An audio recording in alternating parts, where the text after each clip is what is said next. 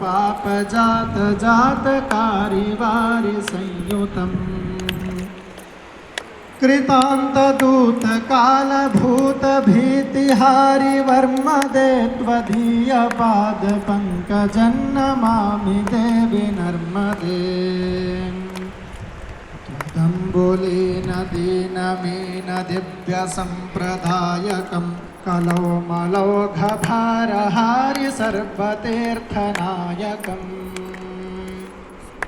सुमच्छकच्चनक्रचक्रचक्रवाकशर्मदे त्वदीयपादपङ्कजन्नमामि देवि नर्मदे महागभीरनेरपूरपापधूतभूतलं नमत्समस्तपातकारिदारितापदाचलम् जगल्लये महाभये मृकण्डुसूनुहर्म्यदे त्वदीयपादपङ्कजन्नमामि देवि नर्मदे तदेव मे भयं त्वदम्बुवीक्षितं यदा मृकण्डुसूनुशौनकासुरारिसेवि सर्वदा पुनर्भवाब्धिजन्मजं भवाब्धिदुःखवर्मदे त्वदीयपादपङ्कजन्नमामि देवि नर्मदे अलक्षलक्षकिन्नराम राम सूरपूजितं सुलक्षणीरतिरधीरपक्षिलक्ष पूजितम् वसिष्ठशिष्टपिप्पलादकर्तमादिशर्मदे त्वदीयपादपङ्कजन्नमामि देवि नर्मदे सनत्कुमारनाचिकेतकश्यपात्रिषट्पदैर्थितं स्वकीयमानसेषु नारदादिषट्पदैः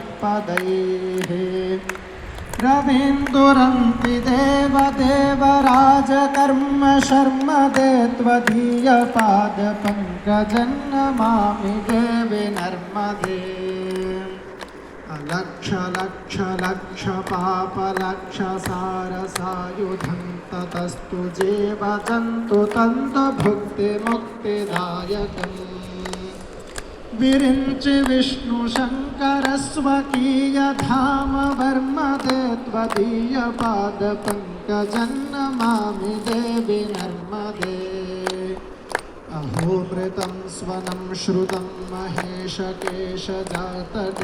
किरातसूतवाडवेषु पण्डिते शठे नटे दुरन्तपापतापहारि सर्वजन्तु शर्मदे त्वदीयपादपङ्कजन्नमामि देवि नर्मदे इदन्तु नर्मदाष्टकन्त्रिकालमेव एषदा पठन्ति ते निरन्तरं न यान्ति दुर्गतिं कदा सुलभ्यदेह दुर्लभं महेशधाम गौरवं पुनर्भवाब्धे पुनर्भवानरा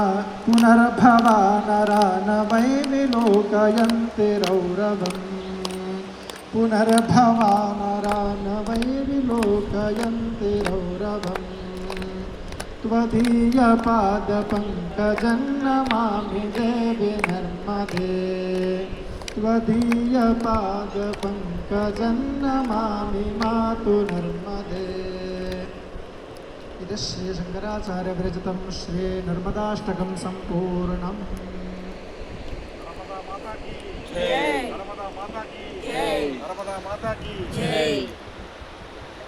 अभी हमने जो भी पूजा किया है उस पूजा का संपूर्ण फल प्राप्ति हेतु माँ नर्मदा से याचना करेंगे। सभी लोग अंजलि मुद्रा बनाकर मेरे पीछे पीछे अनुकरण कीजिए। जो कोर्स में है वह मन में ही मेरे पीछे पीछे अनुकरण कीजिए। ओम श्रद्धां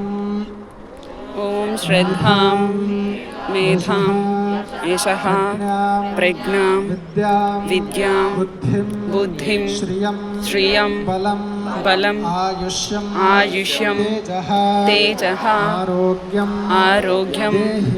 देहि मे परमेश्वरी अनायासेन मरणम् अनायासेन मरणं विना दैन्येन जीवनम् विना दैन्येन जीवनं देहि मे कृपया देवी देहि मे कृपया देवी त्वयि भक्तिमचञ्चला। त्वयि भक्तिवचञ्चलाम्। जो भी प्रार्थना हो, जो भी मनोकामना हो, उसे मन ही मन स्मरण करते हुए मां नर्मदा को प्रणाम कीजिए।